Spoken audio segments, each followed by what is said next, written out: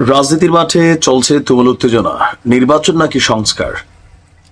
এই মুহূর্তে ডক্টর মোহাম্মদ ইউনূসের বাংলাদেশের রাজনৈতিক দলগুলোর কাছ থেকে সমর্থন পাওয়ার ক্ষেত্রে এনসিপি আর কিছু অংশে জামাতের সমর্থন আছে, কিন্তু দেশটির সর্ববৃহত্তম রাজনৈতিক দল এই মুহূর্তে যারা সবচেয়ে বেশি ক্ষমতার কাছাকাছি আছেন বা ক্ষমতায় যাবেন, বিএনপির সাথে আভ্যন্তরীণ দ্বন্দ্ব যখন চরমে, তখনই ঠিক খবর হলো যে ডক্টর মোহাম্মদ ইউনূস তিনি যুক্তরাজ্য সফরে যাচ্ছেন। কিন্তু কেন হঠাৎ করে তিনি যুক্তরাজ্য সফরে যাচ্ছেন, এ নিয়ে বাংলাদেশের প্রথম সারির গণমাধ্যমগুলোতে বেশ কিছু নিবন্ধন ছাপা হয়েছে। তো চলুন দেখি হঠাৎ করে 4 দিনের এই যুক্তরাজ্য সফরে কি সমর্থন অথবা কি কারণ যে তিনি হুট করে দেশের এই কঠিন ক্রান্তিকালেও তিনি যুক্তরাজ্য সফরে যাচ্ছেন। আর সম্ভবত ঈদের পরপরই 9 জুন বাংলাদেশে আগামী 7 তারিখ ঈদুল আজহা অনুষ্ঠিত হবে।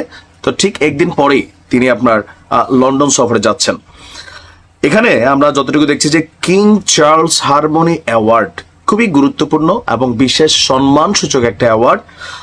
এই অ্যাওয়ার্ডটা গ্রহণ করতে যাচ্ছেন ডক্টর মোহাম্মদ ইউনূস। তবে শুধুমাত্র তাই না, এর পাশাপাশি যুক্তরাজ্য সরকারের সাথে আরো একটা বিশেষ বৈঠক আছে। বলা হয়েছে যে অধ্যাপক ইউনূসের এই সফরকে সরকারি সফর হিসেবে ঘোষণা করেছে যুক্তরাজ্য। তার এই সফরে বাংলাদেশের যে গণতান্ত্রিক উত্তরণ আছে, সেই গণতান্ত্রিক উত্তরণে যুক্তরাজ্য সরকারের সমর্থনের বিষয়টিও বিশেষ গুরুত্ব পাবে। সরকারি দায়িত্বশীল কর্মকর্তারা বলছেন যে 4 দিনের যুক্তরাজ্য সফরের সময় তিনি 12 জুন বাকিংহাম প্রাসাদে রাজা তৃতীয় চার্লসের সাথে দেখা করবেন। ওই দিন বিকালে সেন্ট জেমস প্রাসাদে রাজা তৃতীয় চার্লসের হাত থেকে তিনি তার যেই অ্যাওয়ার্ডটি আছেন কিংস চার্লস হারমোনি অ্যাওয়ার্ড, সেটি গ্রহণ করবেন।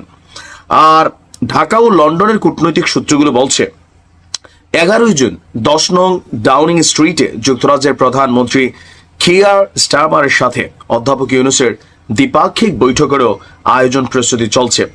পরিকল্পনা অনুযায়ী ওই বৈঠকটি হতে পারে ঘণ্টা খানেকের কাছাকাছি, যেখানে বাণিজ্য, বিনিয়োগ, উন্নয়ন, অংশীদারিত্ব সহ দ্বিপাক্ষীয় বিষয়গুলো নিয়ে আলোচনা আসবে।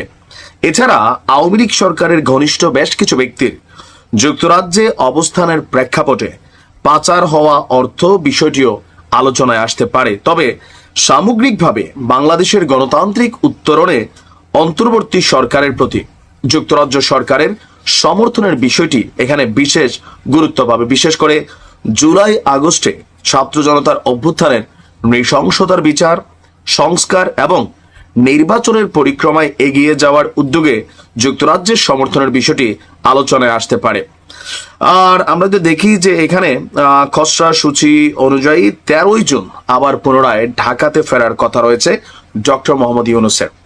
এই মুহূর্তে এই সফরগুলোর গুরুত্ব কতটুকু? গুরুত্ব অনেক।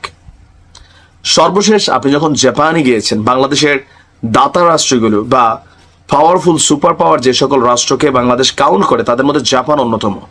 জাপানের প্রধানমন্ত্রী তিনিও কিন্তু ডক্টর মোহাম্মদ ইউনূসের এই অন্তর্বর্তী সরকারকে সংস্কার, বিচার এবং নির্বাচন ধারাবাহিকভাবে এগুলোতে পূর্ণ সমর্থন জানিয়েছেন।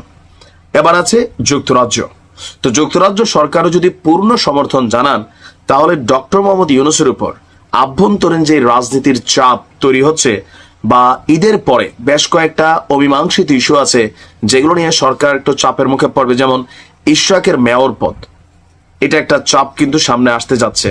পাশাপাশি নির্বাচন ইস্যু, যেটা বিএনপি বলছিল যে ডিসেম্বরের আগেই চাইলেই সরকার নির্বাচন দিতে পারে, সংবিধান সংশোধন ছাড়া শুধুমাত্র 1 মাসের মধ্যেই সম্ভব। তো সার্বিক এই চাপগুলোকে কাটানোর জন্য বৈশ্বিক যে সমর্থন, বিশেষ করে শক্তিশালী রাষ্ট্রগুলোর, তাদের সমর্থনটাই যোগানোর চেষ্টা করছেন ডক্টর মোহাম্মদ ইউনূস। আর এর পাশাপাশি আওয়ামী লীগ সরকার কর্তৃক পাচারকৃত টাকা পয়সা বা শেখ পরিবারের অনেকেই যুক্তরাজ্যে অনেক সম্পদের মালিক আছেন, যেগুলো গণমাধ্যমে আসছে, তাদের সেই পাচারকৃত টাকা ফেরত আনার প্রক্রিয়াও সম্ভবত সেখানে আলোচনা হবে। দেখা যাক কি কি হয়। ভালো থাকুন।